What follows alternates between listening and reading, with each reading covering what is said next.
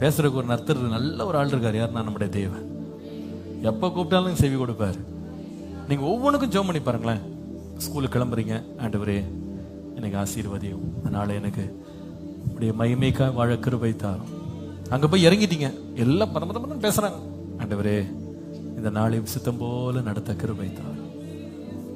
ஒரு பரீட்சைக்கு படிக்க உட்காடுறீங்க, ஆண்டவரே எனக்கு ஞானம் தாங்கப்பா, உடைய கிருபையினால் என்னை நடத்தும், சித்தத்தினை என் வாழ்க்கையில் நிறைவேற்றும். பரீட்சை எழுத உட்காருங்க, ஆண்டவரே எனக்காக இல்லை உமக்காக என்னை நடத்துங்கப்பா. பரீட்சை எழுதி முடிச்சிட்டீங்க, ஆண்டவரே எல்லாத்தையும் உடைய கரத்தில் ஒப்பு கொடுக்குறேன், உடைய சித்தத்தின்படி என்னை நடத்துங்கப்பா. ஒரு வேலை கிளம்புறேன், ஆண்டவரே உடைய சித்தத்தின்படி என்னை நடத்துங்கப்பா, உங்களுடைய இரக்கத்துக்கு நான் ஒப்பு கொடுக்குறேன். வண்டி எடுக்கிறீங்க, ஆண்டவரே உடைய பாதுகாப்புக்கு ஒப்பு கொடுக்குறேன். திரும்ப வீட்டுக்கு வந்து சேர்ந்துட்டீங்க, ஆண்டவரே கொண்டு வந்து சேர்த்ததுக்காக நன்றி, தொடர்ந்து என்னை வழி நடத்தும். இப்படி நம்முடைய லைஃபே ஒரு ப்ரேயர் ஃபீல்டா மாத்தி பாருங்க, உங்களுடைய லைஃப் வேற மாதிரி இருக்கும்.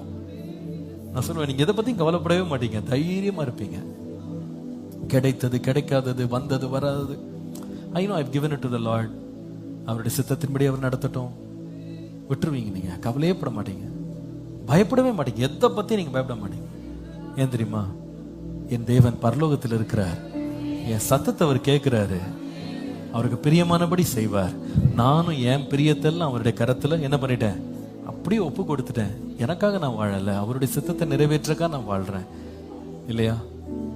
அவர் எதை கொடுத்தாலும் எனக்கு ஒன்றும் பிரச்சனை இல்லை, அவர் கொடுக்காவிட்டாலும் பிரச்சனை இல்லை, நான் தைரியமா இருக்கேன். ஏசிஎஸ் சபையினுடைய ஃபவுண்டர் பாஸ்டர் சுந்தரம் அவர்கள்ட்ட ஒரு பாஸ்டர் வந்து கேட்டாராம், பாஸ்டர் எல்லாருமே சர்ச்சு கட்டுறாங்க, நீங்க மட்டும் ஏன் பாஸ்டர் கட்டல அப்படின்னு கேட்டார். அவர் ரொம்ப சிம்பிளா சொன்னார், ஜோம் பண்ணி பார்த்தேன், கொடுக்கல கர்த்தர், கட்டல. எப்படி இருக்கு பாருங்க பதில். ஜோம் பண்ண கர்த்தர் கொடுக்கல, கட்டல. இப்ப நான் உங்ககிட்ட சொன்னேன், குட் ஃப்ரைடேக்குள்ள 6 காரியம் நிறைவேறணும், ஜோம் பண்ணுங்க. கர்த்தர் கொடுத்தா கட்டுவோம், இல்லைன்னா கட்ட மாட்டோம், அவ்வளவுதான்.